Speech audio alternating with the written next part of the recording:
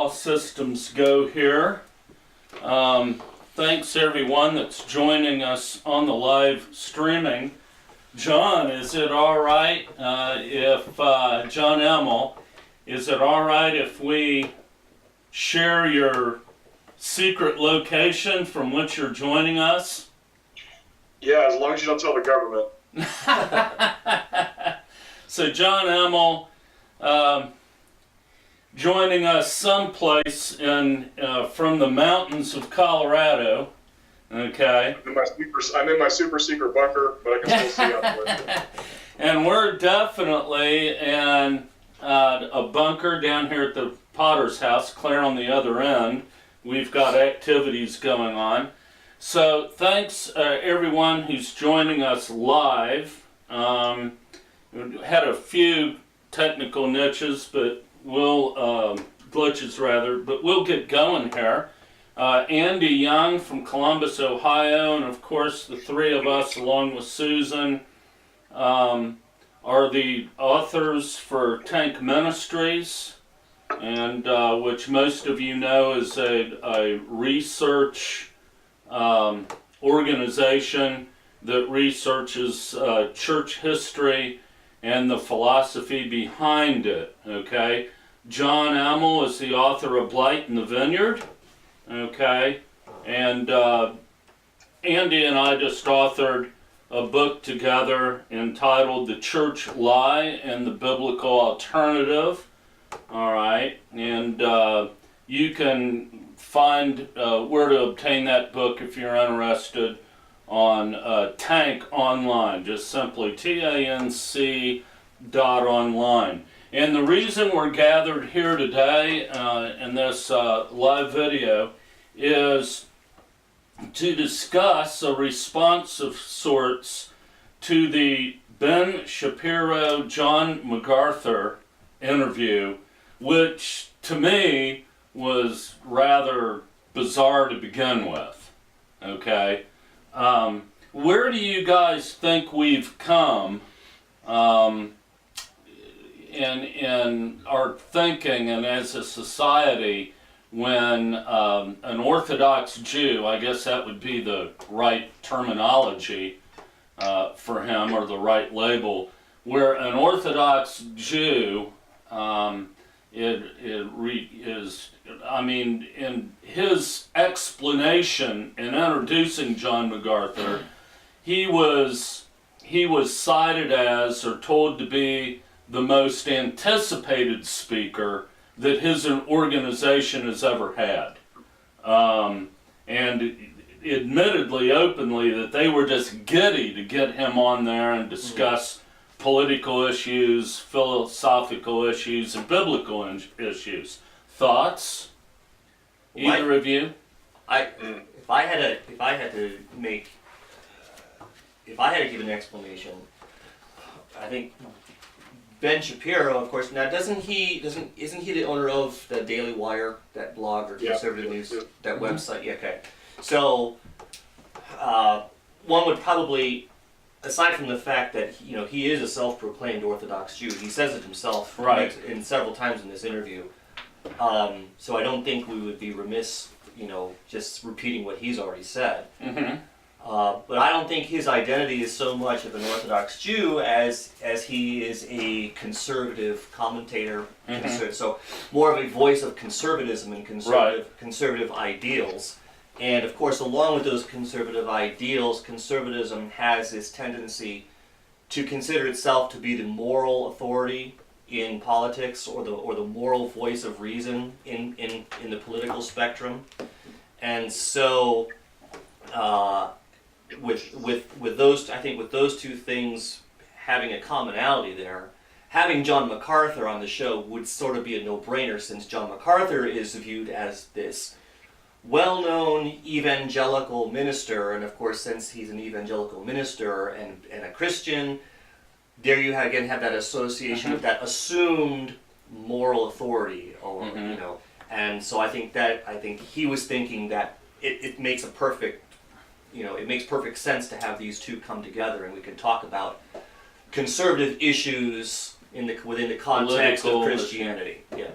politics within the context, especially in the day that we're living in with the whole issue with Trump and all of that. And I failed to, we've got the transcript of the interview on a Word document. Do you guys know what I failed to do?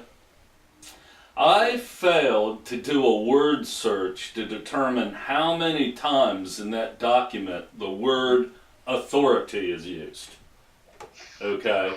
But if you look through our transcript, the word authority, or the subject of authority, is literally on every other page. Okay? It comes up multiple times.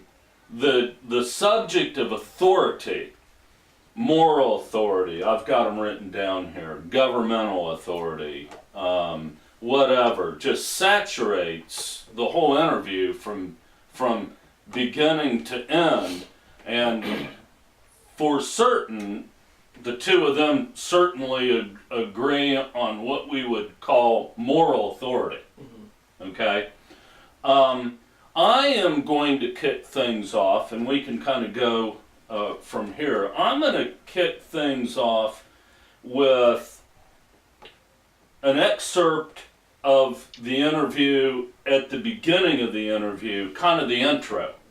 All right? Well, do you mind if I weigh in on your first question first? Sure. So, I was at no point surprised by what I heard out of John MacArthur. John MacArthur has been who he is now for the better part of what he says. He's been preaching for, 60 years? I think my greatest disappointment and the melancholy that I had when I came away from this was watching Ben Shapiro.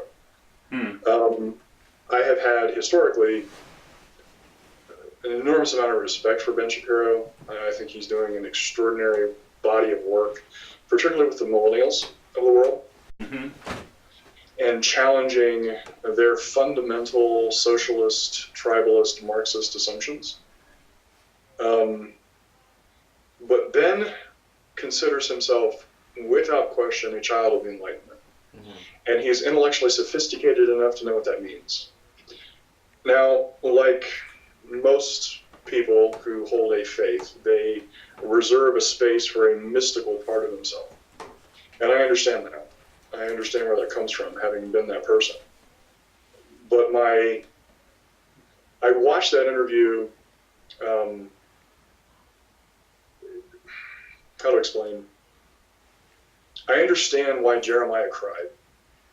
I understand why, because Jeremiah spent his life trying to explain to the people of Israel, to the leadership of Israel, why their course of action was going to result in their own destruction. And he kept trying to explain why what they believed and what they thought was not going to deliver them, but was in fact going to enslave them.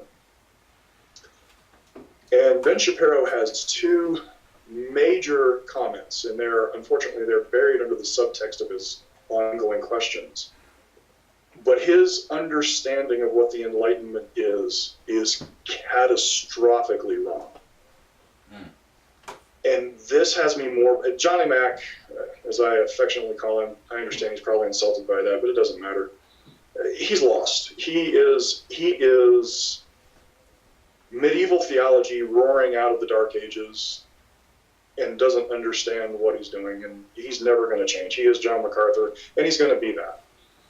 But Ben Shapiro, who is an avowed child of the Enlightenment, for him to have such a fantastically wrong understanding of the roots of the Enlightenment, what it really did, and the fact that he can say and not understand, the fact that he can say that Immanuel Kant tried to systematize a philosophical framework, a philosophical justification for reason, for morality, from a base of reason, and say he failed, is to tell me everything I need to know about what he does not understand about the Enlightenment. And so if one of our leading, in my mind, next generation thinkers and defenders of conservatism can be this wrong about the nature of the Enlightenment and what America did and how it is, and then try to justify America's failures by a regression into a body of doctrine that slaughtered his people with impunity.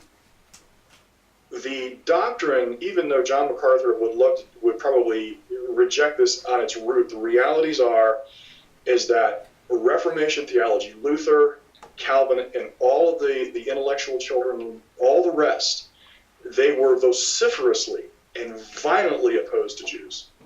And the fact that he can sit there in the same space, embrace John MacArthur's doctrine, and not understand what a fundamental affront it is, not only to his own race and his own body of doctrine, but to the Enlightenment, it killed me. And thank you for that. And I am going to jump ahead, and I'm going to address what John is just said before I go back to what I was originally going to talk about. And that is when they were talking about social justice, politics and social justice, and how churchians, religious people, whether Jew or Christians, people with a moral book, I guess you would talk them, say, or people with the Bible, whether Jew or whatever. MacArthur talks about, they're in the subject of moral authority, okay? He said around the 5-minute mark that he can't support a practical atheist. And then he says this, let me see here. At the 5:15 mark, MacArthur says, somebody, for example, who advocates the slaughter of babies, which is murder by any biblical definition, any moral definition, that is not a just ruler. That is not a man of mercy. When Moses was selected, the rulers who would blah, blah, blah. The specific quote I'm looking for is later on,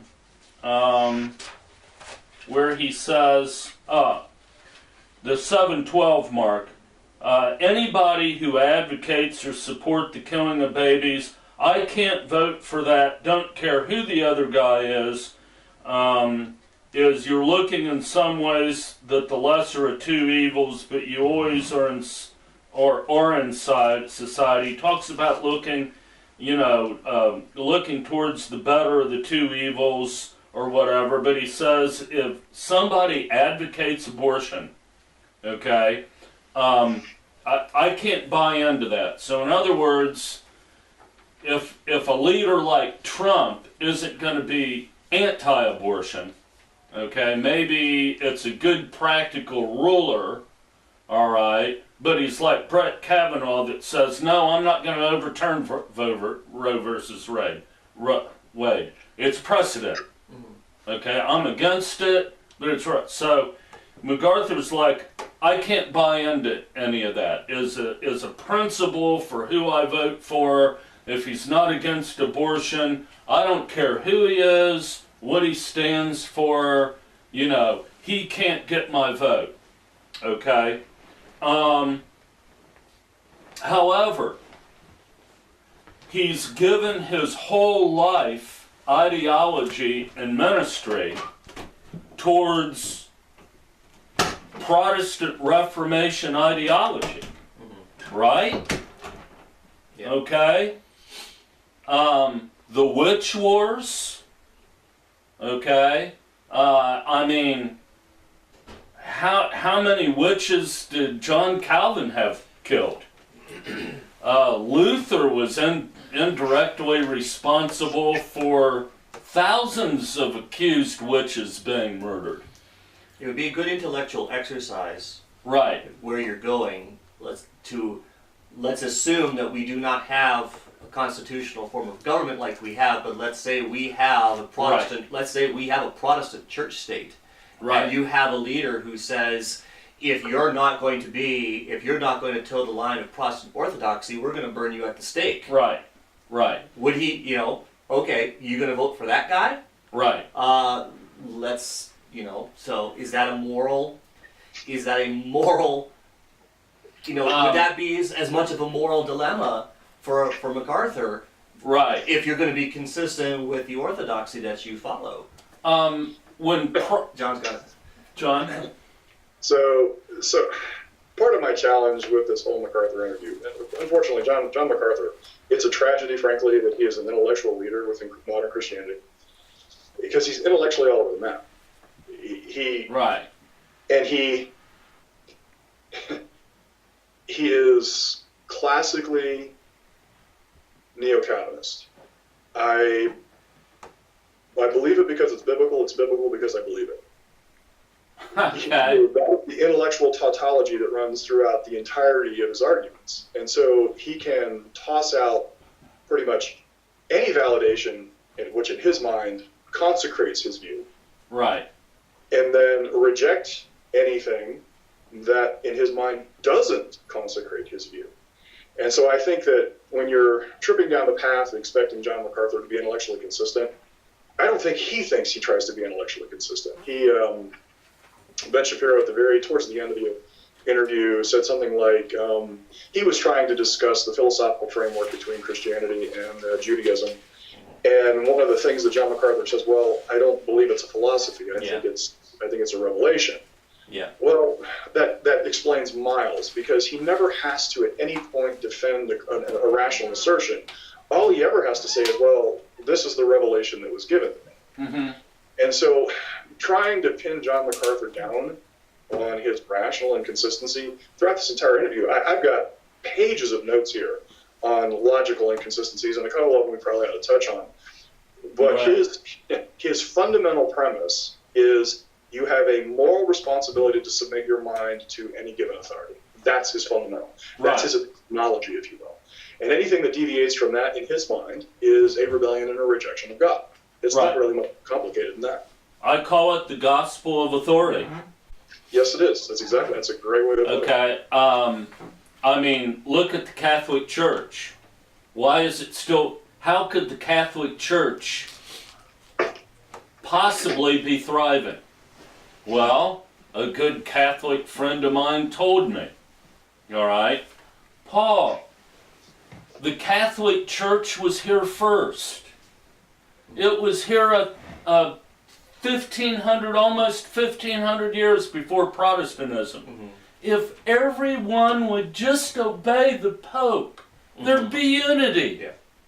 Well, and you've said this yourself. There it is. You've said this yourself many times. The Church, authentic Protestant orthodoxy, has always had more in common, intellectually and philosophically, with liberal ideologies than conservative ones. Right. And it's only in recent years that they're starting to become more, not more, but less, let's say, less subtle about it. Right. So, okay, I ask, in conjunction with that, what was Plato's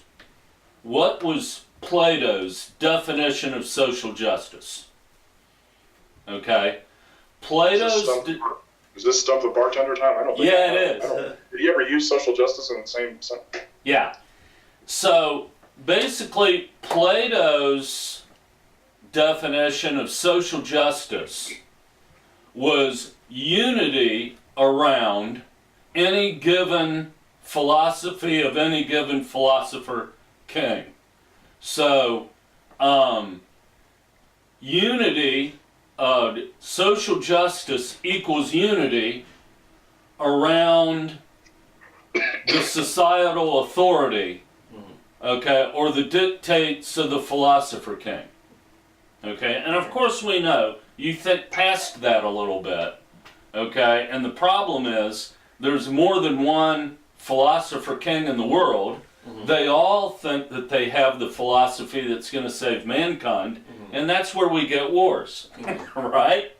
Okay, because they're all warring against each other to save the world from the other guy who doesn't have the right philosophy. But it's interesting that, of course, you know, the Catholic Church and the Protestant Church are grounded in Platonism. And basically, Plato's definition of social justice was unity around a central authority. Okay? He didn't couch it in those terms, because No, social he justice didn't. is a 21st century term, but what would have been his word for I that? forget, because that's how Dr. Apple is the guy's name, who's kind of a scholar on Plato. I read his book. Dr. Apple wrote a book on Plato with another guy. That's how they framed it. Do I remember enough about that book to know if that's how Plato would have framed it? No. Okay, but that's the gist of it. Okay. Any insertions here before we go on? Well, I think that you hit right at the edge of what the fundamental conflict within this particular interview is. These are two men who fundamentally believe that that the only way man can identify morality is by a mystical, otherworldly source. And they have both arrived at the conclusion that the distribution point of that morality is the Judeo-Christian God. The challenge, and I have said this repeatedly, the moment you say that morality is the byproduct of another mystical realm, and man can't know it unless the gods are in the business of telling him how to act, the next question I have for you is, well, which God? Which one? Right. And then morality becomes subjective. Well, morality, the very subjectivity you think, because the logic goes loosely something like this. God is an absolute. God gives absolute moral value. Man then has a absolute plumb line. That's the loose logic. But the problem is if man is fundamentally corrupt to understand what is good, then how does he know which God is good? Right. Who is giving this absolute moral plumb And that's line? where the subjectivity comes in, because Muslims believe their morality is just as valid when they can go around and claim and call for jihad and murder infidels. They believe that they're being moral, that they're being absolutely moral in what they're doing. And so why isn't the morality of Aphrodite valid? Why isn't the morality of Kali valid? And so, like I said, the moment you disabuse man of any moral ability and ultimately say he needs an absolute moral code that he can't find by reason, and that's crucial. Yeah. The moment you draw that separation, you have tossed man into an abyss. And then you said, well, so the first question then man must answer is, well, which God is it? Right. And the answer to that question is, well, the one willing to do the most violence. The people in service to whatever God that is who are willing to do the most violence. Which means that the very subjectivity that they think they're trying to get rid of is endemic to the worldview that morality is the byproduct of an extraterrestrial mystical realm that man has no association with. And I get into arguments with that all the time on people with Facebook. You know, from time to time, I'll get into an argument with somebody on Facebook about this issue of authority. I said, this is why authority cannot be your frame of reference, because how do you know which authority? Right. What makes your authority the right one and the authority of Buddha the wrong one? How do you know? It's How do you know? Well, because it's God. Well, so what? I just want to say, so what? And they just keep going, well, because it is. And they have no answer for you. And this is exactly why I said that within the interview, the Johnny Mac logic, the underlying tautology that is everywhere within it's biblical because I believe it because it's biblical. I believe in this God because he's the right one because I believe him. It really is no more complicated than that intellectually. And so all of the proof texting that he does, all the Bible quoting he does, is in service to his fundamental assumption: I have an intellectual obligation to subordinate my mind to whatever's in this book. It doesn't matter how inconsistent that is, and by definition I won't even answer the inconsistencies because they're just really not inconsistencies. And this is why I found the Ben Shapiro reaction to this interview, and the reason he gave this man so much accolade. I'm like, Ben, come on, dude. You're much smarter than this. You would never tolerate this kind of intellectual sloppiness out of your leftist adversaries. No. No, if MacArthur's sitting out in a college audience, he gets skewered. Oh yeah, he wouldn't have gotten 6 cents. He certainly wouldn't have been introduced as the great John MacArthur, which I must say I found this fantastically ironic that a resident wormy Calvinist would let somebody attach that honorific to his name. The great John MacArthur, really? So in regard to J. Mac, okay, a thumbnail history, all right. Yes, it's true. MacArthur, I think, will go down in church history, which is really church history and a history of its own, apart from any real New Testament history. But John MacArthur Jr. started out, and this is where his latter-day confusion really comes into focus. He is, I believe, will go down in history as one of the most confused pastors to ever step into the pulpit. All right? But I just want to do a quick thumbnail of where that confusion comes from. MacArthur started out is what we know, and this is for years, as a verse-by-verse historical, grammatical interpreter of the Bible. Okay? He's the one that did Grace to You, right? Right. Yeah. Okay. I don't know how many countless hours of Grace to You I listened to when I was growing up. Can't count. Yeah. Right. So, along with that came a literal interpretation regarding his eschatology. And like all Protestants, he was a functioning reformer in regard to his soteriology, but never really out of the closet as Calvinist till the 90s or so. All right. So was he really a Calvinist prior to that, or just standard good? No. Trust me, as one who listened to MacArthur, every cassette tape that there was of a MacArthur, I used to have piles of his tapes in my car, and wherever I went, I was listening to him preach, okay? He talks about how for years and years he went through the whole book of the Bible, verse by verse. I probably listened to 80% of those tapes, okay?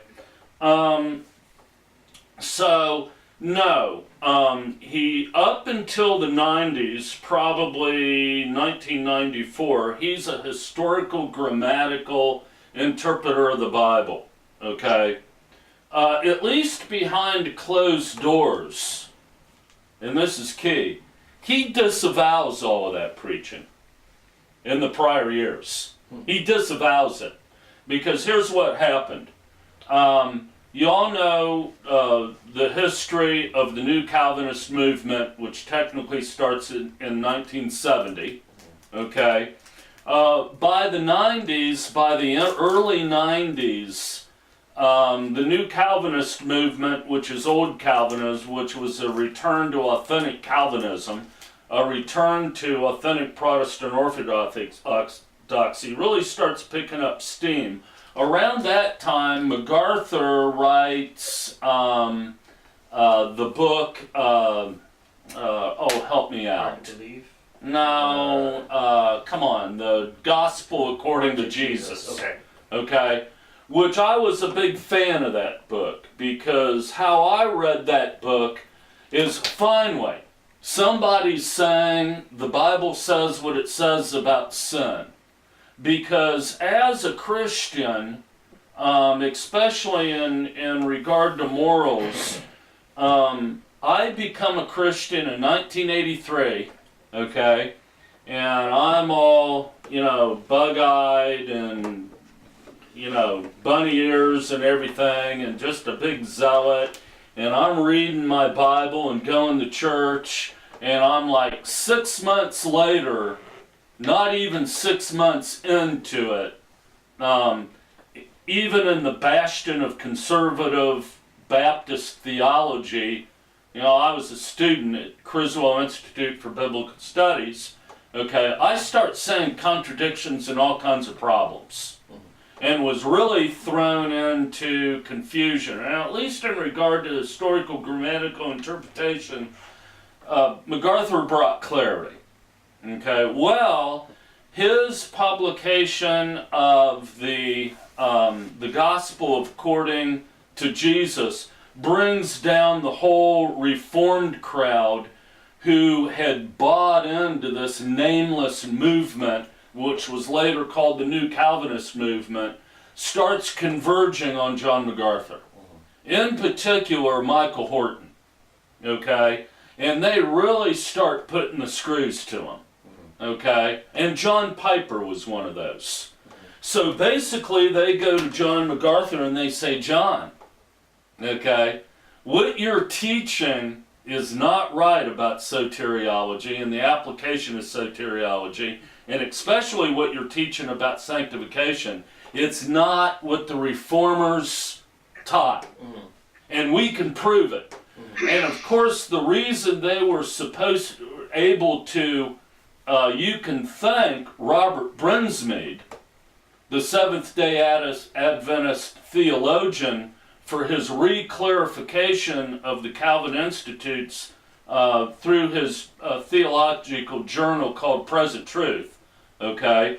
They were able to take that information and show John MacArthur clearly what the Reformers taught about soteriology in regard to the historical redemptive hermeneutic. And guess what? They showed MacArthur, and he had a choice. A historical grammatical interpretation of the Bible, or what the Reformers really taught.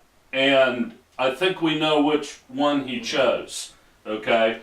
Yeah, however, to maintain his social relevance, particularly with those kind of heavy hitters knocking on his door. Those, right. Right. I use that term intellectual heavy hitter loosely, but so well, do you think that was a matter of him genuinely buying into the argument of authentic Protestant orthodoxy, or do you think it was a matter of him towing the line because they had the clout to make his life miserable and he would have faded into obscurity otherwise? Actually, I'd like to weigh in on that. I think it's a combination of both. Mm-hmm. I think intellectually, first of all, so when you concede the premise of your adversary, the only discussion left is how much. And so John MacArthur was already intellectually, he accepted a series of premises that are behind the roots of Calvinism. And so it's almost impossible to genuinely revolt, to genuinely put off an ideology that you already accept the fundamentals on. And so, and the reason I decided I want to weigh in on this is because I've been here. I was exactly here during my time in the organization that resides in so much infamy in my mind, Sovereign Grace Ministries. I had gone to school. I had done the work. I was setting out to make Christianity and theology a professional pursuit. And I remember how hard it was for me to crawl out from underneath that. Now, the one advantage I had, I wasn't in the public eye, so I didn't have to recant a lot of my thinking in public, I guess. But beyond that, I had enough self-possession to be able to walk away and go, you know what, I really don't care about your judgments. Whereas, for John MacArthur, he already holds those fundamental assumptions. And once you hold those assumptions and you get yourself in the middle of Calvin's Institutes, if you ever dare to read it, as long as you can't reject the fundamentals of what Calvin leads with, it's very hard to put off. Mm-hmm. I suspect that it's, so like I said, I think it's a combination of both. Just to be clear, when you say fundamentals, you would obviously refer to a lot of tenets that we accepted as confused Protestants, such as original sin, total depravity, the fall of man, Christ's death being an atonement, and all right. those things. Because without those, if you don't intellectually follow the conclusions that result from that, which is Calvinism, you have massive contradictions that you cannot reconcile intellectually. Well, yes, and the advantage of the Platonist construct is that there is no law of identity. So you can have as many contradictions in your head as you shall choose, and you just punt the differences into this grand abyss of God's divine mystery. And so you're not on the hook for intellectual consistency. Mm-hmm. So it doesn't surprise me that when someone, and you've heard me say this in the TANC discussions all the time, the most consistent philosophical system wins. So if you hold things kind of as a hodgepodge of intellectual philosophical framework in your head, when somebody shows up with a more consistent philosophical framework and can challenge your inconsistencies, the inconsistencies fold. And it does not surprise me that John MacArthur ended up folding, and which is also probably why like I said, this interview is a study in intellectual schizophrenia. But hey, it's John MacArthur. He doesn't have an obligation to iron out his thinking on anybody's. Most people, I read through some of the comments on the web, like on Google, mm-hmm. and it was obvious to me that most people thought this was one of the best interviews they'd seen. Oh yeah, sure. So what MacArthur does, he scraps his historical, grammatical soteriology, okay, but he holds on to his historical grammatical eschatology, okay, and you heard that in the interview. So I'm kind of getting to the end of the interview here, where he totally disses. He rejects replacement theology. Now, where do we get the whole thing with confused Calvinists and Calvinists not knowing what a Calvinist is, blah, blah, blah? 2006, the Shepherds Conference, I believe it was 2006, maybe 2004, the Shepherds Conference. And so MacArthur's got all of his buddies, Reformed buddies, coming to this conference, okay, all these Calvinists. Well, he ambushes them. His opening keynote address goes like this. This is the thesis. You fellow Calvinists that believe in replacement theology, how does that jive with election? On the one hand, we believe in election, okay?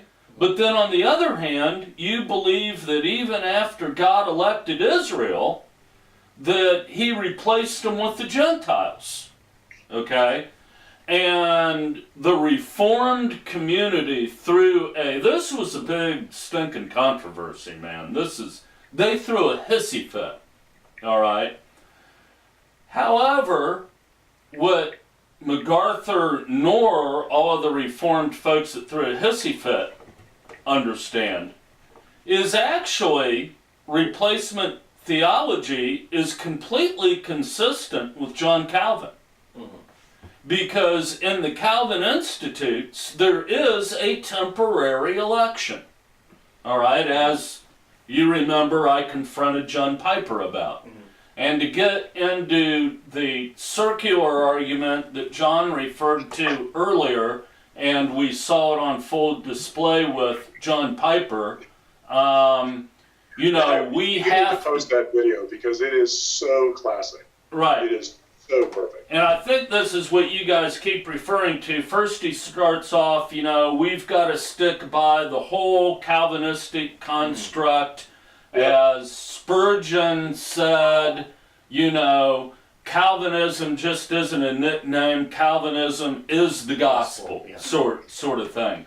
And then when I confront John Piper about temporary election, well, it doesn't even have to be that. It can be any inconsistency in the whole theological construct of Calvinism. So they'll punt and they'll say, well, Calvin's not my authority, the Bible's my authority. Right, and that's what he said. Calvin's not, that's not what he said at first. First he denied Calvin believed that. Mm-hmm. And I'm like, well, I got it right here. Yeah. I go, let me read it. Yeah. Okay? And Calvin's not my authority. Calvin's not my authority. Yeah. Okay? The Bible's my authority. This is another part of the intellectual two-step that we constantly see. So people want the historical authority of being installed as Protestants, meaning the Reformers. Right. They want the authoritative credit of that event so that they can then be preachers. But they want to reserve intellectual autonomy when anything that the reformers said doesn't really jive with what they believe. And then they go, it's Right. not my authority. The Bible is my authority. And so they can do this little happy dance between their historic authority and this biblical authority with not a blush of shame. Right. And you, like I said, you see this exact non-shame in the MacArthur interview with impunity. Right. Now, before we move on, I'm going to... I talked about this excerpt that they played at the beginning of the introduction of a clip, just kind of an introductory clip where MacArthur says, so then they tell you that you've got to join the Me Too movement. You've got to join the LGBTQ movement. You've got to join transgender identity movement. And so what happens to the church is it chases the world until it abandons its own message that we hear on Sunday. Okay? So basically the remark I wanted to make there, and I know this isn't anything we're going to get into deeply, okay, though Andy and I get into it pretty deeply in our book. When you're an institution, and the church is an institution, and authority goes along with institutions, when you're an institution, unless it was the coveted Protestant Reformation where church orthodoxy was law, unfortunately the Enlightenment came along, okay, and so in America we have a choice, but whether the church of old or the church of new, it's an institution, and institutions survive on one thing and one thing only, and that's money, and that money comes from the culture. So by virtue of the fact that the church is an institution, it's going to be swallowed up by culture eventually. It's only a matter of time. No? And here's another statement he makes at the beginning. And this statement actually came from the preview clip that he used to promote this entire interview. But he's got MacArthur saying, he says, it doesn't mean I avoid everything political. This is MacArthur speaking, because I also want to do, now listen to this, I want to do anything I can to elevate justice and righteousness in the world. So as a Christian, I want to take responsibility for whatever political avenues that I can go down that are going to increase the order of society, the blessing of society. That is a frightening statement, for one thing. Mm-hmm. That is a very frightening statement. Because can you imagine, having made a statement like that, can you imagine an individual like MacArthur operating under the auspices of a church state? No, well. Okay. So that's a frightening statement right there to begin with. Okay. Second of all, that completely contradicts everything he gets into and spends a great amount of time on half hour later into the interview, where he's talking about if we don't submit to whatever authority is in charge, we're disobeying God. Okay. Well, all right. Well, which is it, John? Right. If that's the case, then what business do you even have being in politics in the first place? You have no business making any kind of political contribution whatsoever. Did you keep your thought, John?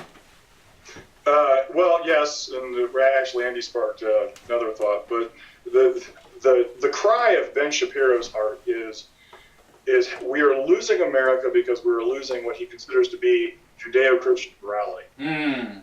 And so the thing that Ben thinks he is trying to inspire here, I think, is, so when he's asking these questions about Christian relevance and the relevance of the church and the impact of the church over time, what he's really looking for is someone to affirm to him that somehow the church is going to prevail. And this is the fundamental juxtaposition that came out of the Enlightenment. The existence of Reformation theology was a roaring effort to go back to the theology of Augustine and the Dark Ages. Mm-hmm. And John MacArthur represents Dark Ages theology in spades, Right. even though he wants to pretend he doesn't. Right. And and the problem that they had right at the threshold of the Enlightenment is the church was being laughed out of existence. It had been in power for the better part of 1,200, 1,500 years, and it had produced nothing but political destruction. Nothing Right. but. And only in as much as a culture deviated from church orthodoxy and church power did it actually prosper and thrive. And so Ben Shapiro, of course, in his catastrophic misunderstanding of the Enlightenment, I'm sure he would take issue with that comment, but it doesn't change the fact that he does not understand where it comes from. The fact of the matter is he's looking for someone to affirm church relevance in the future. And the problem the church has always had is it can't survive unless somebody has a gun pointing at everybody else's head. Right.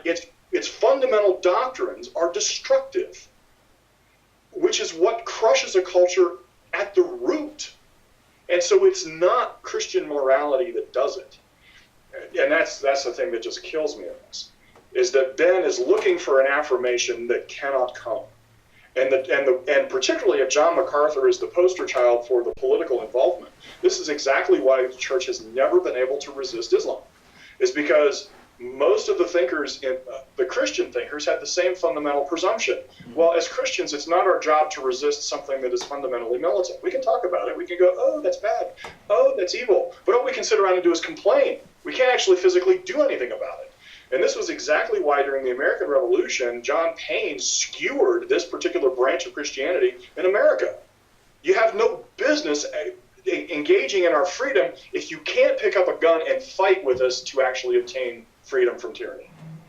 Right, and we need to talk about that, and we're going to get there. We got our thing doohickey marked here, okay?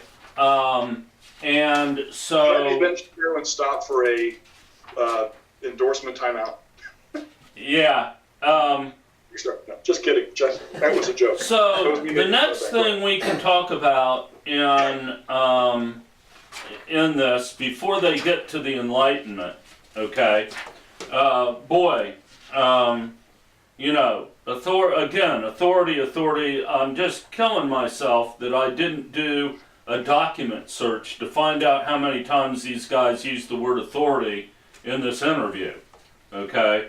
All right, so let's talk about, before we get to the Enlightenment, which is the center part of this, and I've got it marked and we're getting close. Before they get to the Enlightenment, there is a discussion of presuppositions concerning mankind, okay? And the role of government thereof. And so I ask you, fellas, to kick this off. Do atheists have any form of moral compass within them at all? Okay?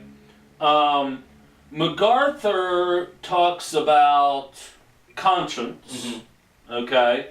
And he comes from the viewpoint of what controls evil, all right? So this is where they get into presuppositions concerning mankind, all right? And MacArthur goes from it, you know, being the good reformed guy he is going at this strictly from the viewpoint of course, sin, all right? Under law thinking. Reality is interpreted through sin. All right, so he's talking about the three major things that restrain evil. All right, and he talks about conscience. And the interesting thing he says about conscience is that conscience is determined by one's systematic framework concerning morals or authority, okay? Your moral authority forms your conscience, period, all right? And if you don't have the right outside moral authority, you have no conscience. He says your conscience only works if you have a defined belief system. Right. Your conscience only works. Now, in my book, and you guys can correct me if I'm wrong, from the viewpoint of the framers of the American Constitution, all right, Ben Franklin, whoever you want to name. Ethan Allen. Yeah. Their viewpoint is that man was created with a moralism, and what is good was self-evident to man, basically. That doesn't mean that man always had good motives and intentions, but my understanding of the way that where the framers of the American Constitution is come, there was a moral goodness and a reality that was what they called self-evident. Okay? Yeah. Keep going. Sorry. Didn't mean to interrupt. No, you didn't interrupt. Now, of course, me being a biblicist, I would agree with that, and from a biblical standpoint, say, well, yeah, that's Romans 2. Where God has written the works on his law in when we talk about man being created in the image of God, okay, that comes part and parcel with what the framers of the American Constitution were talking about, okay? There are things about God's creation and reality that are self-evident, all right? And the conscience is, and this is interesting, and please contrast this with the rest of what MacArthur states, okay? Man's conscience is formed formed by the works of the law of God written on his heart to either accuse or excuse as his actions. I find it interesting that MacArthur never made any reference to that reality of the works of the law being written on the man's heart. Right. He said the conscience doesn't work unless you have a defined belief system, and in his thinking, that defined belief system is going to be the authority, some outside authority, and they both said that. So here's the big deal here, though, that I want to point out. Paul says in that same line of Scripture that those without the law, the Bible, okay, will be judged by that law. They'll be judged by their conscience. Right. Well, and the interesting thing is he says, he didn't say it in so many words. Right. But this is the point that Paul was making in that, is that those who without the law, even though they don't have this outside authority, they still know the difference between right and wrong. Right. They're still able to make moral judgments of right and wrong without having the same benefit that the Jews had. Those without the law will be judged by the law that was written on their heart. Mm-hmm. So the native out on some isolated island, those guys that killed that missionary on that secluded island, okay, they don't know a thing about the Bible, but they'll be judged according to their conscience, okay? So here is where, if you think about that line of reasoning in Romans chapter 2, it completely turns what MacArthur had to say upside down. And I also think you can correlate that with what the framers of the American Constitution referred to as things being self-evident to man. One being that man is free and should be free to pursue life, liberty, and happiness. And this is Platonism, because according to MacArthur's construct, your conscience is useless. Right. Because it has no means to be able to discern truth. It has no authority. It has no means to be able to discern truth or morality or whatever. There has to be something outside that dictates that to the conscience, so that the conscience can make an evaluation of it. That's Platonism. Right. Man cannot discern truth. Truth is up here in the spiritual realm. He can't even discern reality. So he doesn't even know that. Right. You know, so everything that he's saying there with regard to conscience is Platonism. Thoughts on that, John? Well, so you guys took the We steal your thunder? I'll take the philosophical side as I typically do. You've heard me say this before. Philosophical frameworks are the byproduct of philosophical achievements. And I know John MacArthur doesn't like the idea of philosophy because he thinks that's man-made and this stuff should just fall out of heaven, in Revelation. But the reality is the framers of the Constitution were living in an age where we had discovered that man was effective. And man was effective in multiple ways. And that individuals, not man, just the high idea of man, but individual men could act in their own self-interest effectively, morally. And so that is the fundamental framework they penned the Constitution with. Now, I will say that in the 1700s, there was no effective defense of morality independent of a mystical realm. The closest that had come, and it was not really all that close, is John Locke. Mm-hmm. And the thing that John Locke provided was twofold. The first was he absolutely segregated religious thought and political thought. He gave a reasonable justification why the church should not be in the business of organizing people's individual conscience. And that was his on religious toleration. That was his book, on religious toleration. The second one was, and this was the political foundation for our Constitution, and that was his second treaty of government, because he successfully identified that the constituent parts of all governments are individuals.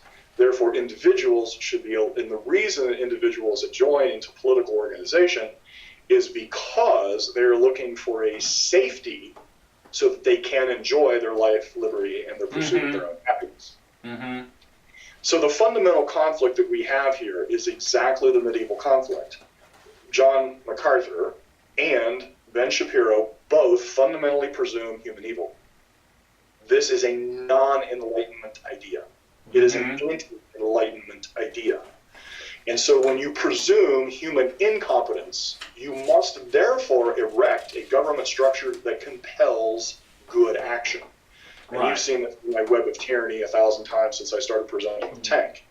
The whole logic here is the historic Dark Ages ideology is man is fundamentally corrupt, therefore he needs somebody with a real stiff hand to compel him to do good. Right. The Enlightenment thinkers, by contrast, said, no, wait a minute, not true. Man is actually effective. And because he is effective, we need to prevent government from crushing his individual liberty.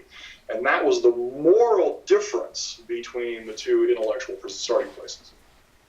And again, let's, before we move on, and we're making great time here and covering a lot of good stuff. Just a thought for you guys in conjunction with what we just said. Okay. All right. Think about this. Okay. Galatians 1, all right, 8. All right. Here's what we got. The Apostle Paul speaking. But even if we, that is the apostles, or an angel from heaven, okay, should preach to you a gospel contrary to the one we preach to you, let him be accursed. As we have said before, so now I say again, if anyone is preaching to you a gospel contrary to the one you received, let him be accursed. Based on that, who and what is the standard of truth? The individual. The individual. Judgment. Mm-hmm. The individual. Right. But according to Protestant orthodoxy, if anybody comes along preaching another gospel, they're an authority, so you submit to them. Right. So what what Ben Shapiro and MacArthur seem to agree on is that the only thing that will save America is for the church to determine the moral fabric. Yep. Okay. And that can only come from an authority outside of man. They both agreed on that. A moral authority outside of man. They both agreed on that. To be fair to Ben, I don't know that he would say it that way, but his fundamental assumptions Right. are... So another way we can look at it in the Bible is obviously in the Bible, whenever judgment is spoken of, it's individual judgment. It's the individual being judged face to face with God. There's no representation there, right? Okay, it's him and God. Okay, and I had and I keep saying that all the time. And I had somebody write me, and he goes, you know what? I keep hearing you say that, and it really does make me think. Because, I hear in church all the time that, we're to trust and obey the pastors. When I stand before God, they're not going to be there representing me. Mm-hmm. So why should I put all my trust in them and then be left hanging when I face Jesus? Them guys ain't going to be anywhere to be found. Mm-hmm. When I'm standing there. And it's just like, too simple? Maybe. Okay. So, before we move on, do you have any thoughts on that, John? Well, not quite on that specifically, but I thought this would segue very well into MacArthur's comments about individuals doing I think he called it, what was it, spiritual navel gazing. And it resulted in, his fundamental judgment is individuals who insist that they are the author of their own spirituality are in fact insane. Right. And that's Luther. And that is Luther. And I wrote an article about this very thing many moons ago called Defining Insanity, and it addressed this very issue. And so when you say to me that an individual has no capacity to identify the truth, he needs an authority to dictate to him what that truth is. My immediate question is, how does he know which group of authorities, if he can't define good, right? How does he know which group of authorities are the right ones? Right. And this is, so if man has, in this, I made a series of notes here. Let's see if I can pick up where this is. Let me read here what I got here.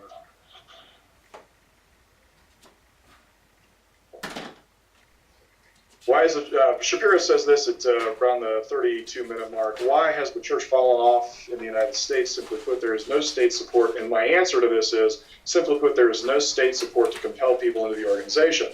And Johnny Mack says around the 33-minute and 40-second mark, people who are spiritual or not religious are basically saying, I am my own God. They have no authority dictating what they believe.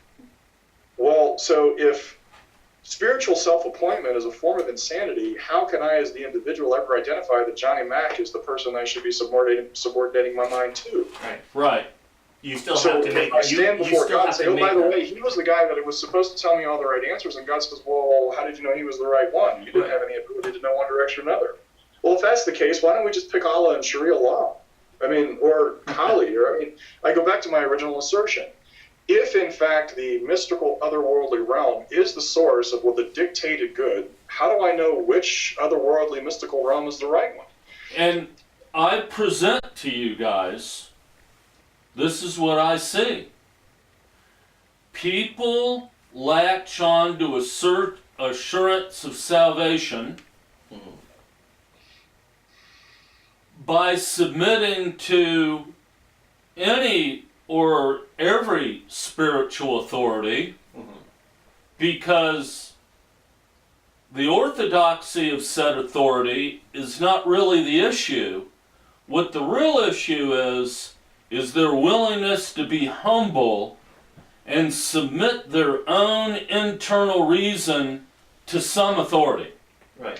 And that's exactly the point. This is the thing that MacArthur tries to parse all throughout, as if you can have a physical submission without an intellectual submission. As long as I'm sitting passively doing nothing to resist the government, I can think all I want, I can talk all I want about how what the government is doing is wrong, and that's somehow moral. But the moment I take up and do an action to repress a tyrannical government, that is fundamentally immoral. Well, it's nonsensical. The fact of the matter is that you can't have intellectual autonomy in a submission and authority epistemological model. The logic is simple. Because man is insane, the definition of good must be provided by an authority. The authority intervenes in man's self-destructive actions, imposing restrictions on the actions to save him from himself. So I can't have an intellectual disagreement with a divinely appointed authority. It is not functionally possible. And this is why I was so disturbed by what Shapiro allowed to appear on the show. Because if this is really what he ultimately believes, if we're really only going to recover America as it was originally founded, the only way to do that is to give what he made some comment about the ideal being a theocratic utopia. And I said, shed shivers down my spine. Do you guys have a timestamp on that? I don't remember where that was. What part? So Shapiro says the ideal, he's leading into a question for John MacArthur, and he says, so the ideal, the political ideal, something like this, is a theocratic utopia. And John MacArthur, of course, rejects that. He says that's a bad idea, which, of course, it is a catastrophically bad idea. But I was stunned that Ben Shapiro, after talking and discussing about the origins of morality, would arrive at the conclusion that the real ideal, the real political ideal would be a theocratic utopia. Right. Whose theology, though? Right. Whose theology? Yeah. Who's the deity at the center of that theocracy? That's around the 30. That's around the 20. Around the 21, 22 minute. So like the two. Okay, here it is. Yeah. The two things that the discernment bloggers and everybody is going totally, all of these precious souls trying to save the church, okay? The thing that is totally driving them nuts is ecumenicalism, okay? And intellectual inconsistency and in doctrine, and a straying away from traditional doctrine, okay? But the question I would like to present to you is that not what we should expect when we're dealing with the gospel of authority, and authority is the crux, okay? Because people are just merely looking for an authority outside of them to submit to for spiritual needs, and who's to say anyone else's authority isn't the right one or the wrong one? I think it's gotten to the point to where you're saved by your humbleness, and humbleness is defined by submitting to any authority, because it's a sacrifice of self, and you're displaying your humbleness, okay? And I mean, if you look at the 2019 Together for the Gospel conference coming up, they got everything but the kitchen sink speaking at that conference, all right? So what else explains it? Okay? Be humble, submit to whatever church says, and the world will be saved, right?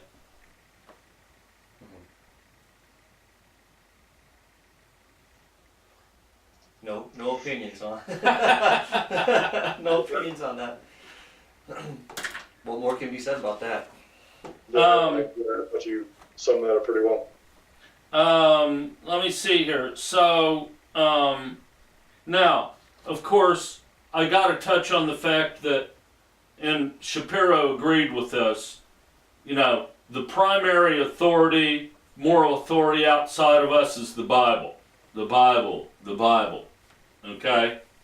But the problem there is, come on, he's not really talking about the authority of the Bible. It's the authority of what some expert says about the Bible, right? Okay? Which goes back to Dark Ages thinking, right, when they didn't want the peasants having scriptures because you cannot have individual interpretation. right, And MacArthur touches on that it was a crime, right, to have any individual interpretation of your own, because you had to. It wasn't what the Bible said. It was what the popes and the bishops and the cardinals and all the church leadership told you the Bible said. right, You didn't follow the Bible. You Right. followed what the church authorities said the Bible said. right. And of course, the implication always is, and the assumption is that, well, if the Bible is an authority, it would be each person's interpretation of the Bible, right? That's the assumption. But of course, that's not, obviously, in context, that can't be true at all. He's allowing people to assume that. And Right. for that matter, Ben Shapiro is too. We're allowed to assume, here again, this is doublespeak. We're allowed to Right. assume that when they speak of authority of Scripture, that they mean the authority of Scripture. But this is the very reason why there is no such thing as authority of Scripture. This is why Scripture cannot be an authority. Because then if you do allow individual interpretation of Scripture, then you open up authority Right. to being what anybody wants it to mean. So that's why Scripture cannot be authority. It has to be something else. Truth has to be found somewhere else other than in some authority. Because then, even with the Bible, you can make the authority of the Bible say anything you want it to. So, Well, Two- this is the false equation across the board. The Bible doesn't have any authority. Yeah. It has no force. It can't compel anybody to do anything. right, it's a book. By definition, the Bible is an anthology, a collection of words. Right. And so the epistemological thing that has to happen in a man's mind to read John 3:16, for God's sake, is vast. And so for us to somehow casually dismiss this entire cognitive process and then pretend that cognitive process is somehow imputed by glancing over these words is ridiculous on so many levels. But what I found hilarious, this just kills me, and the fact that Johnny Mac can say this with a straight face, represent the Reformation as an individualist movement. Yeah. Oh, Yeah, and we're going to make sure we get to that before we go on. On time point 16, roughly 16 minutes between around 18 or 19, 20 minutes, MacArthur totally disses Americanism. Mm-hmm. Okay. he rejects he does a forcible effort to reject the American Revolution as a Christian event. Right. Which is fantastic, because that is actually one of the few places of inconsistency we see in this whole interview. Right. So, Which means he can't claim, and this is the logical conclusion, it means he can't claim any credit for it. And he certainly can't advocate the Christians have any right to the freedoms of the American Constitution, which I wouldn't be consistent. I don't but think to do. please, Lord, I'm just not saying this. Please, Lord, this is a valid prayer. Please take away church tax deductions Yes. so that I can see what MacArthur says about wholesale obedience to the government, and there shouldn't have been an American Revolution because of taxation. Okay. Well, how could, and based on his own doctrine, how can you complain about abortion? How can you complain? By definition, God wants it that way. Well, He true. wants babies slaughtered in the womb. He wants it that way. He put the government in power. So, He wants it that way. So true Christians don't revolt against the government, even if it's Nazi Germany. It's God's ordained power that you're to obey, okay, which is obviously the logical conclusion, and he stopped barely short of saying.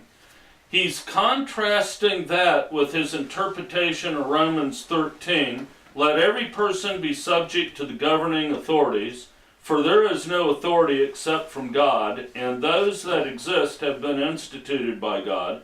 Therefore, whoever resists the authority resists God, who God has appointed. And those who resist God will endure judgment. And of course, we know the historical context that this was written in. But what I contend to you is when Paul goes on to talk about the purpose of government to punish evil and reward good, I contend to you, along with the framers of the American Constitution, that when the government isn't serving that purpose, it may be overthrown. Yeah. Well, listen to this. I mean, listen to how MacArthur defines this. And I think this is, if you're not paying attention, you miss this. Okay. Shapiro asks him that very question. He says, Right. there is a point then when the government has lost its legitimacy. There is a point in your philosophy and theology where the government loses legitimacy, so forth and so on, that there is a point where a revolution would be justified or necessary. MacArthur says, now listen to this. He says, no, not in a biblical sense, no, I don't think there's ever a time when you would be justified in starting to kill the people that are in power. That's how he defines a revolution. Right. That's how he defines a revolution as a group of people marching down to the White House, breaking into the White House, pulling the president out, going down to the Capitol, pulling all the senators and congressmen out, and one by one lining them up for the guillotine and chopping their heads off. Right. He says that's his definition of a revolution. That is how he's defining the American Revolution. But that's not what happened in the American Revolution. Is he that clueless, or is he purposely trying to redefine terms and say, in a sense that we would definitely say, if you're going to define a revolution in those terms, no, we would definitely be not before that. But that's not what happened in the American Revolution. So he gets up in his pulpit and disses Joel Osteen, and would condone in a heartbeat for every person in Joel Osteen's church to revolt and walk out and come to his church or some other church. Okay? But wait a minute. Is Joel Osteen not God's appointed minister, just like a government or any other appointed minister? Well, now we're getting into who's the judge of whether he is or isn't. Well, he isn't because I say so, and therefore, blah, blah, blah. So, appointed, preordained ministers by God, something different? I don't think so. But hold on, guys. Hold on. Okay? We're to obey the government, right? Right? We're to obey and be in total submission to the government. So, therefore, what does the American Constitution say that we're to do when those in power in American government begin to fall away from the original dictates of the Constitution? What does the Constitution say to do? Well, the Constitution doesn't say it, but the Declaration of Independence says that we have a right to alter or abolish it. Right. So, That's a great point. I said that's a great point. To follow Johnny Mac's logic here, basically he just told us that we have the right to abolish a government because this is the government God installed. So if God installed, we have the right to resist it if it's wrong. But then here's the other flip side of that, John, and you've mentioned this, and I've brought this up, this same point up before. By this reasoning, the Reformation should not have happened. The Reformation should never have happened. Absolutely true. Roman Catholicism, Augustinian. Exactly what the Catholic Church has said since the Reformation. The fact of the matter is that by Johnny Mac logic, Luther, Calvin should never have dissented such that they departed. Now, I understand Luther always thought he was a Calvinist. He really thought he never left the Catholic Church. But the fact of the matter is that Protestantism should not exist if what Johnny Mac said is is doctrinally consistent. John Huss had a standing army. Right? Yeah. A lot of the reformers had a standing army. Well, you and I both know, Paul, Calvin was, before the ink was dry on the Institutes, his entire preamble to the Institutes is a letter to the French king to come, please, bring your army and kill people that oppose me. Right. Okay. So we've covered that craziness pretty well. Okay. Yeah, we covered that sufficiently. Now, let's move on to... Okay. Let me see here. Let's move on to one more thing here. Because it takes away. Oh, okay. So, 21-minute mark, I thought it interesting that he states that in general, okay, here's the statement he makes. And we've heard this before. Persecution always comes from the secular world because we're taking away their freedom to sin. Right? Yeah, that is so devoid of reality, I don't even know. Right. Just to generalize a little bit, when persecution of free speech comes, it always comes against the people who have the religious absolutes, always, because that's what threatens people's freedom to sin. It was the people... That's just crazy. It was the people who had the religious absolutes who engaged in the most persecution. Persecution always comes from religions. Yeah. Okay? Can anybody... That borders on just existential delusion right there. I was stunned that Shapiro let that stand, but whatever. Can anybody name once in history when any group of people with atheistic ideology persecuted the church or any religious people? Yes. So the immediate poster child for that is the Soviet Union. Well, the rise of the Soviet Union. Well, yeah, but hold on a minute. The Soviet Union, communism, doesn't even show up on the historical map till after the American Revolution because it filled a void politically. So you've got the American Revolution ripping the guts out of the church state. Okay? And you've got this huge void because socialism had to go someplace, right? Well, so the intellectual progression, Marx doesn't show up until after, Marx shows up just a few years after the American Revolution, but it took enough time for Marx to actually move across the Atlantic, so there was a natural barrier there, but it easily moved against Tsarist Russia, Karl Marx ideology, and so it was picked up in the 1920s. Right. Which is what gave rise to, but the Bolshevik Revolution, the reason Marx was so vociferously against the church is because of church tyranny. Right. And so it took on great power, his ideas took on great power in basically Tsarist Russia, because why? The Tsars were totally in bed with the Eastern Orthodox Church, and they persecuted people constantly. Thank you, Johnny Mac. Jesus, I can't imagine this guy being, I can't imagine those words came out of his mouth. Anyway.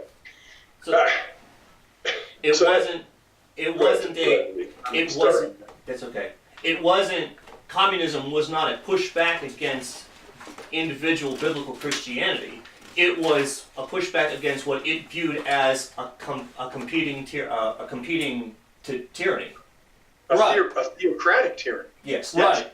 So what we hear all our lives in church is the persecuted church in China. The persecuted church is here. These evil atheistic governments, persecution against our missionaries, blah, blah, blah. What people fail to understand, there's a blurring there. Yeah. We really don't know for sure what's going on in China as far as persecution of Christians, because guess what? The Chinese government isn't stupid, and they know Protestant orthodoxy better than Protestants do, and it's a conquering religion. Okay, and they say so. You got John Piper going to Dubai and saying, standing at the whatever it is tower, Yeah. and saying Christianity is going to bring this tower down. Right. Okay, and That's a conquering religion, right? right, That is a political threat. right. So there's a lot of confusion there. Let's not be so quick to say our missionaries are, and this is the one thing that I used to warn my missionary, my missionary son-in-law always used to talk about persecution in this country of Christian missionaries and blah, blah, blah. And it's like, yeah, they think you're there to subvert the government. Yes. Okay? Well, what makes them think that? Protestant orthodoxy. Okay? Hello? And 1,500 years of church history. So, on around the 23-minute mark, even though it would be God would want a theocratic kingdom with him as king and everybody subjected to him. That doesn't work in this world. Listen to this. I want you guys to think about this statement starting at the 23-minute, 23-second mark. Or 20-second mark. Even though it would be God or like God, or God would want a theocratic kingdom with him as a kingdom and everybody subjected to him, that doesn't work in this world, and that's why he sent a Savior. That's why he sent his Son to save the world, because the world isn't a theocratic kingdom in total subjection to him. That's why he sent his Son. Yeah. Whoa! That's dominionism. Well, it's not only dominionism, it's law versus grace. It's being under law versus being under love. God does not want a kingdom to where everybody is subjected to him. God wants a kingdom where everybody loves everybody, which is without law and totally of free will. So, guys, here's my reaction to this particular section. I don't think it's nearly that sophisticated. I think Johnny Mac recognizes the implications of his own conclusion. And he's trying to do a fantastic little tap dance. Yeah. And so he decides to bury the point under a lot of words. Yeah. I don't think it's that sophisticated.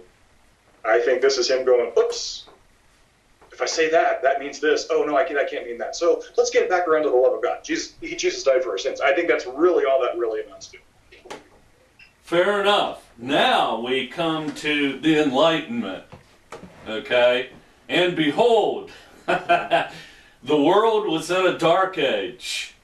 And the birth of the Enlightenment movement was Martin Luther and John Calvin. And as John Piper says, Oh, my God. wherever the Reformation spread in the world, light of freedom and individualism shone forth. Okay? Too crazy. Too crazy. Seriously, I really struggle here. That is so beyond wrong, and these men are not stupid. Right. This can only represent an extraordinary effort of deception. It's just not true. Right. Like, no part of that is true. Right. Every place Reformation theology rose to dominant political and social prominence. Sorry for the redundancy there. It turned in, America's only association with the Dark Ages was the theocracy in Massachusetts. And that was Reformation theology. The American Constitution and our framers were adamant that that theocracy would never rise to political dominance in American politics. Right.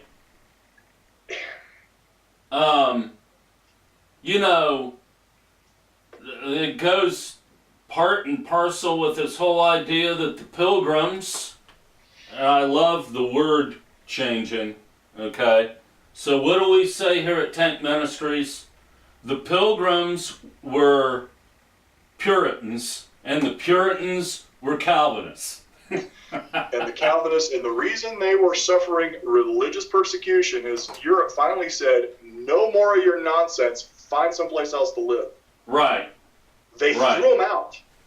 And they came to America to do church-state better. Right. They came to America to do church-state better, and a church-state it was, okay? And their tyranny became more than Britain was even, or England was even willing to tolerate, right? Okay? I mean... The Puritans are everybody's Thanksgiving heroes, but those guys, they were villains. They were not heroes. Right, right.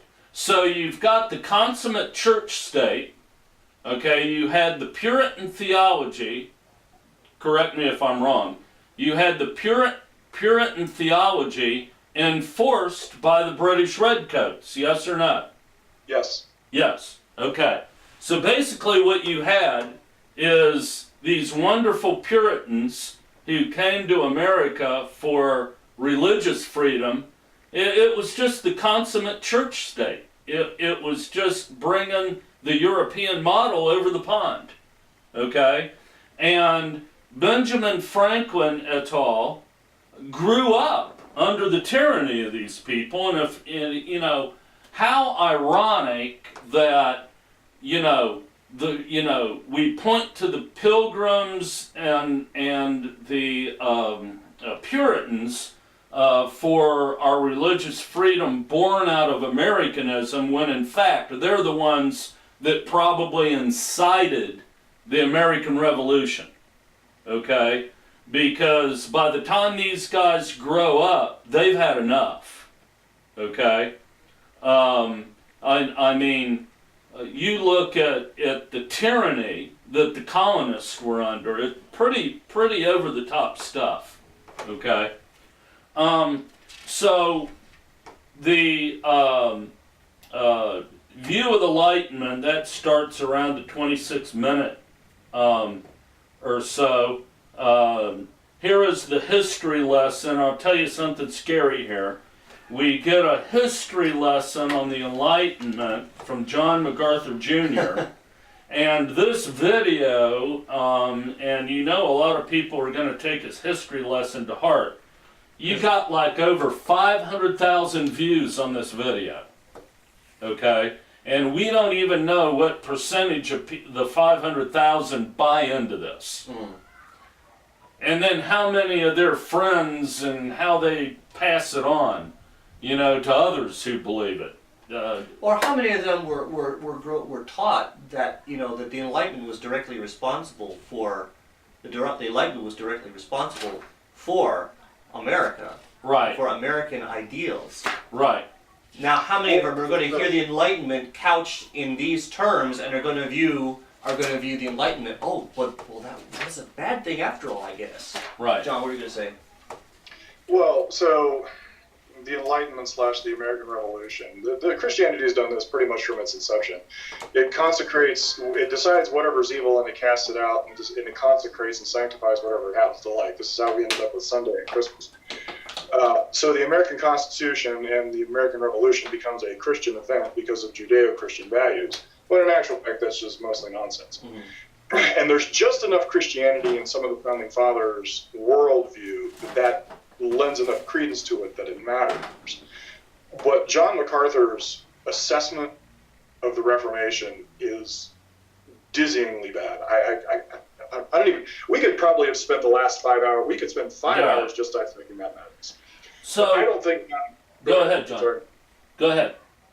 But I don't really think that's the money shot here. The one that I was infinitely more disturbed by was Ben Shapiro's preamble to the John MacArthur discussion. Mm-hmm. It starts at about 25 minutes, 11 seconds. And he goes on, and I understand Sam Harris is a well-known atheist. Oh, yeah. And, right. And so he goes on to rattle off a whole series of the benefits and downsides of the Enlightenment. And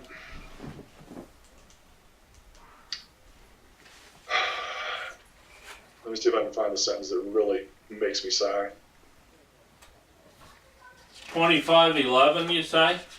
Yeah. Yeah, 20. The timestamp starts. Shapiro starts at 25:11.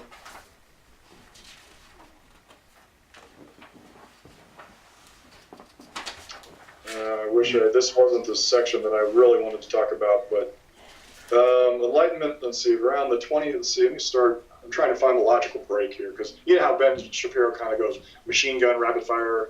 Right.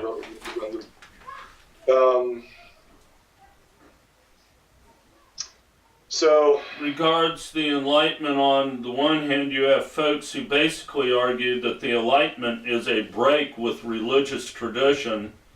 The religious tradition is about submitting to a governmental authority that may in fact be pushing the certain theocratic ideals, and that the Enlightenment comes along and tosses out the Bible. It replaces it with the deistic concept of God and reason, and that we get human rights, flourishing, great economies, iPhones, all the sorts, cool things, because we toss out the Bible. Wow, that is okay. So, and he's basically summarizing that. Basically, this is a Sam Harris argument, and I understand he's trying to downplay what Sam Harris believes here. right, But it's his relationship. The thing that bothers me here is that he can so blithely dismiss, in his mind, that somehow an iPhone is a triviality, but the real meat and potatoes of human existence, the real meaning of life, is somehow found in some religious origin. right.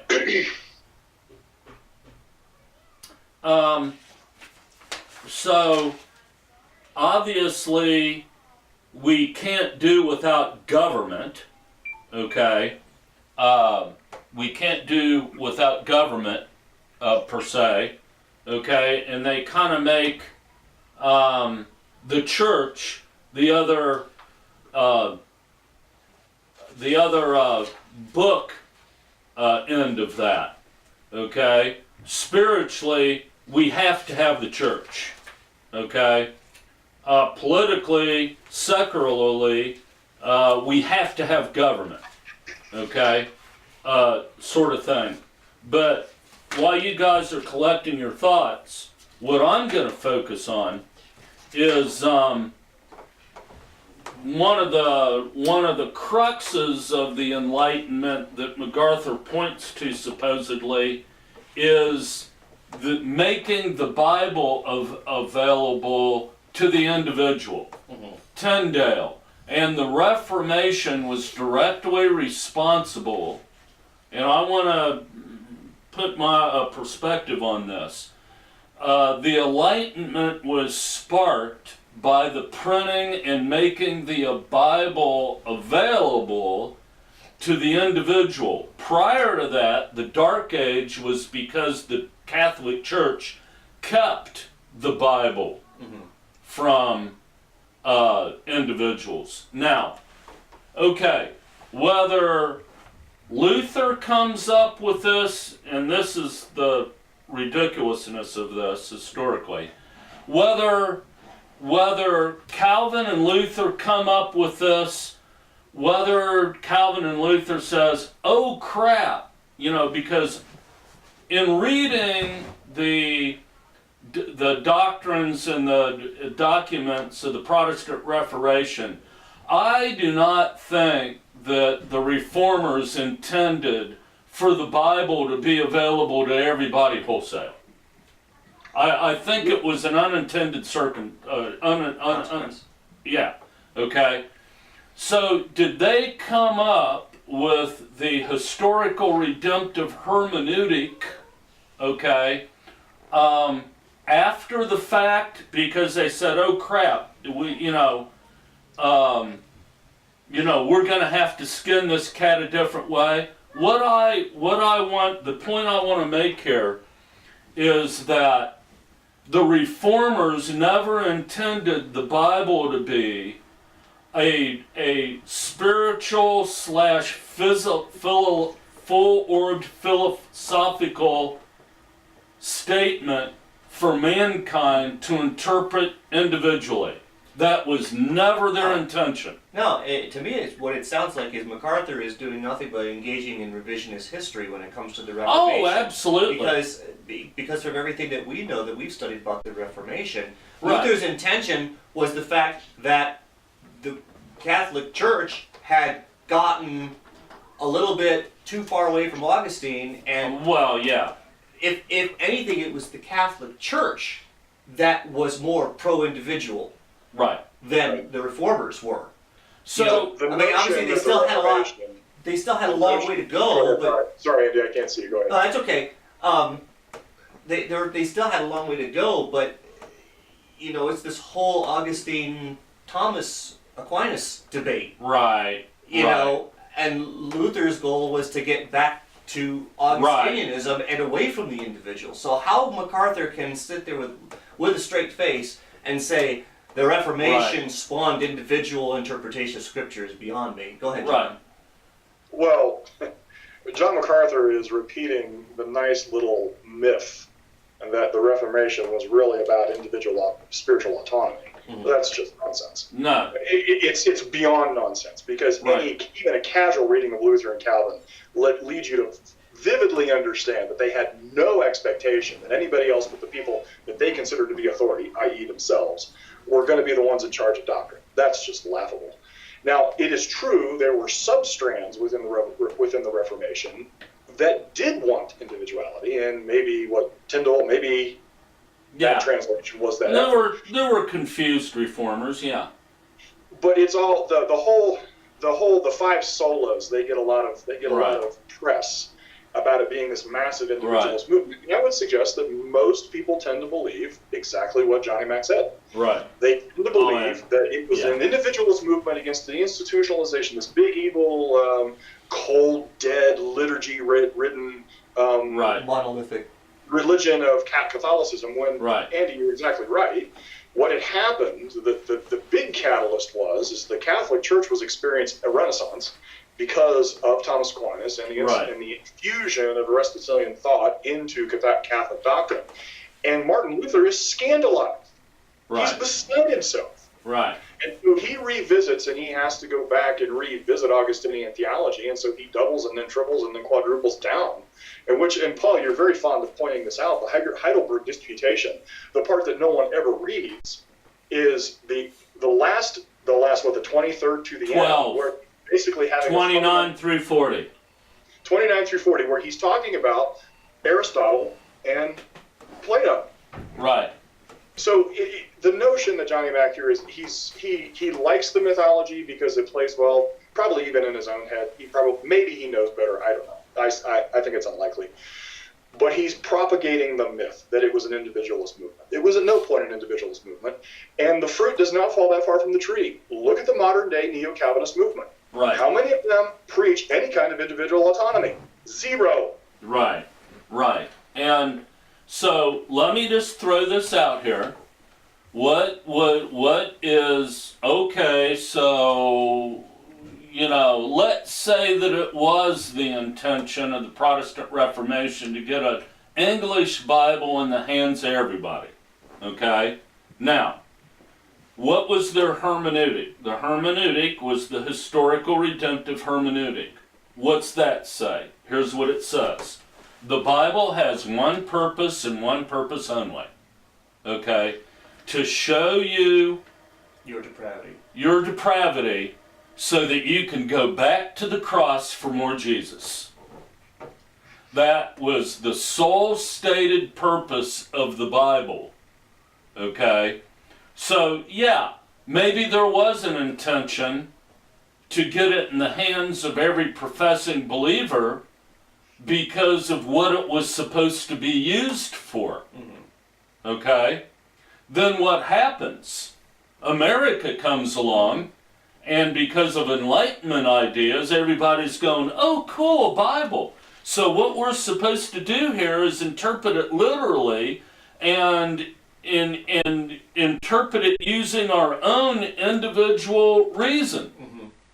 And that's where you get big time, that's where you get all your confused Calvinists where you get all your confused Protestants, because the reformers were fine with everybody having a Bible, just so it was used for one purpose and one purpose only, so that it would drive you back to repenting of what a terrible person you are, to get more salvation and more Jesus, which can only be gotten in the institutional church via the ordinary means of grace. As long as you interpreted it according to what they told you it said. Right. So an Enlightenment, a person who is a product of the Enlightenment reads the Scriptures, and they read one thing and then they read another, and they see a contradiction. Right. They see a contradiction between what Scripture is clearly stating and what the Church has told them, that is traditional orthodoxy, and they put on the brakes. Now the Church comes down hard on them and says, you have no business doing that. Right. You have to obey us. Well, we tell you it says. So enter in the New Calvinist movement. One of the big things that the New Calvinist movement set forth to set straight is the proper use of the Bible. Mm-hmm. And that's when I finally came to the point as a churchian where I'm like, okay, it's been a long, hard journey, but I've become comfortable with all the contradictions. Mm-hmm. I'm good. I'll just hang out and wait for Jesus to come back. Mm-hmm. And cut the church lawn and be a good little boy and pat the elders on the shoulder and tell them how great they are. And then this New Calvinist stuff starts coming in. Mm-hmm. Okay? And I'm like, okay, now dadgummit, I finally got comfortable with all the contradictions. Now you bring this crap in, and I'm not happy. Mm-hmm. By golly, I've had it once and for all. I'm going to find out what's going on here. Mm-hmm. Okay? And the rest in my life is, of course, history. Mm-hmm. But this is one of the big deals of the New Calvinist movement. And you would sit in church and you would hear stuff like, I'll never forget the first time I'm like, something's up here. This covert taking over of our church. This Sunday school teacher comes in, and one of the elders, okay? This new class that started. So, he's walking back and forth, staring us down. I'm sitting there drinking my coffee going, all right, okay. So, he stops at the podium, and he goes, the Bible, Old Testament and New Testament, is about Jesus and nothing else. And I'm like going, okay, all right, what's this all about? And just, of course what he was talking about is the Christocentric hermeneutic. Okay, every verse in the Bible is about Jesus. And by the way, did you guys catch it in there? MacArthur disses the Christocentric hermeneutic. Okay? Yeah, which, dude, you're confused. That's the hermeneutic of the Reformation. So basically every verse in the Bible is about Jesus because, the whole double imputation thing, and the commands in the Bible aren't about things Jesus wants us to do. They're to show us everything that Jesus did for us that we can't do, on and on and on and on and on. But basically every verse in the Bible is about justification. Okay?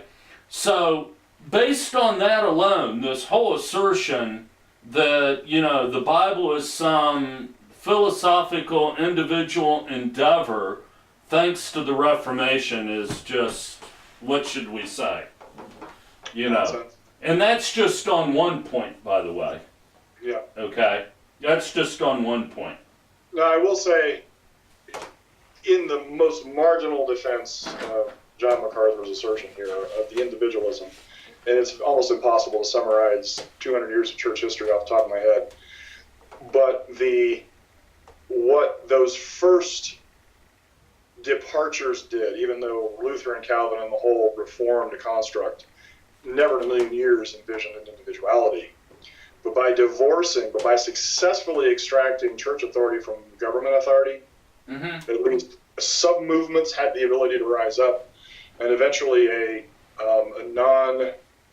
so basically the Wesleyan movement shows up, and those were individualist movements, and the driving forward of personal conscience, and this is, of course, I told you this on religious toleration. Right. This is where John Locke shows up and is so important. On religious toleration, one of the central themes of religious toleration is that my conscience must be my driving force or my origin for my religious convictions, and not government. So since there was political freedom, individualist Christian movements could show up. And of course, we see this particular intellectual schizophrenia in American Christianity because there are a lot of people who are practically, they're Wesleyans at heart, but they go to Calvinist churches. And so they believe in individual intellectual autonomy, all the while holding ideas in their head that should demand that they abandon intellectual autonomy. So in some respects, that is true, but Johnny Mac's summary of the Enlightenment is just laughably bad. Right. And with that, we have about 8 minutes of live airtime left. Live streaming. Let me because I think this is one of the money shots in the interview. I would like to actually talk about this at timestamp 35 minutes. You've got the last word, my friend. All right, thank you. So, again, let me restate what I said earlier about Ben Shapiro. Historically, I have very much admired his work intellectually, socially, particularly with millennials in colleges. Going into the belly of the beast and having the discussions he's having with young kids, stunning work. Mm-hmm. But I am listening to his summary of the Enlightenment, and in 35 minutes he says this. Well, I mean, I certainly see and agree with you that reason alone can't get you to morality. It's one of the big debates that I have been having with Sam Harris repeatedly for the past couple of years. Or Sam basically thinks that just by reason alone we can get to a sort of moral system. And here's what he says, and here's the important thing that I want you to hear. Kant tried it. The best, he failed, everyone fails. Because it turns out that moral law is not within. In fact, the moral law has to come from someplace without. Okay. I can't emphasize this enough. Ben Shapiro's understanding of what Kant did is catastrophically wrong. 2 reasons. And Andy, you tend to be the librarian here. In my TANC discussion, I specifically talked about Kant, and I can't remember, was it 2015? I want to say it was either 2014 or 2015. Okay. Well, we need to repost and direct people to my discussion, because I specifically talk about what Kant tried to do. Mm-hmm. First and foremost, Kant's moral framework is not based on reason. Mm-hmm. Ben Shapiro, anybody who knows Ben Shapiro, please get him and grab him by the ear and drag him down here. His critique of practical reason and pure reason both are an effort to disabuse people of reason's efficacy. He is trying to destroy reason at the root, or limit it. And the whole point of his critique is to show the ineffective nature of reason so that religion, and namely Puritan theology, can reassert itself. The thing that frustrates me here is that if he'd actually ever read Kant, which it's apparent he hadn't, this is like in his introductory remarks. This is the foundation of why he's doing what he's doing. He is trying to destroy reason so religion has a chance. Kantian thought, his nominal and phenomenal world, is designed to separate man from his mind and then his mind from reality. To create an extraterrestrial space in human existence that is not indigenous to man. So the very thing that he says Kant tried to do and failed is exactly what Kant did. And here's the second point. Kant didn't fail. He succeeded wildly. The dominant philosophical framework coming out of the Enlightenment was not a framework of reason, and it succeeded wildly, and it is the most disastrous moral framework ever perpetrated on human existence. It is nothing more than the secularized version of Calvin. Its fundamental moral premise is suffering, and the roots of suffering as the moral dimension is the moral plumb line of human moral action, which I find fascinating because not too much longer into this interview, Johnny Mac goes long and deep into his framework of suffering as a validation for his moral positions. Right. Yep. And this is what makes what Ben Shapiro had to say so disastrous. He entirely misidentifies what Kant did, and he entirely misidentifies the success of Kant's moral framework. It is not a framework based on reason. And so for him to blithely dismiss reason as the root of morality shows the catastrophic intellectual bankruptcy that is underneath his mysticism. And that's what has me so concerned. Because you can't hold these two positions with any longevity. If you elevate mysticism as your point of moral framework, eventually you have to capitulate on your reason. If you elevate your reason, ultimately you can identify a moral framework, but you will ultimately have to subordinate the non-terrestrial, the other mystical world. You're going to have to actually subordinate it. And he can't persist with any philosophical consistency, which means he is not successfully representing the Enlightenment at all. And the reason I want to point this out is because of where he ultimately assumes the Enlightenment goes. He assumes, by definition then, because you can't arrive at morality by reason, neither can you arrive at meaning by reason.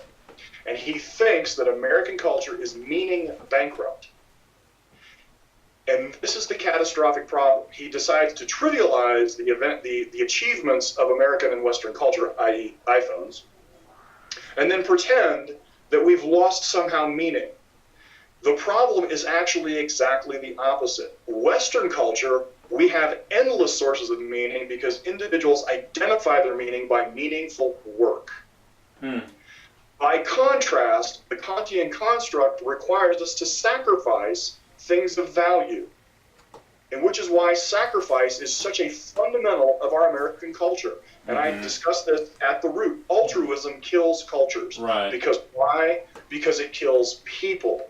Right. Meaninglessness comes from not being able to successfully say of ourselves, I have made an achievement. My vision is worth having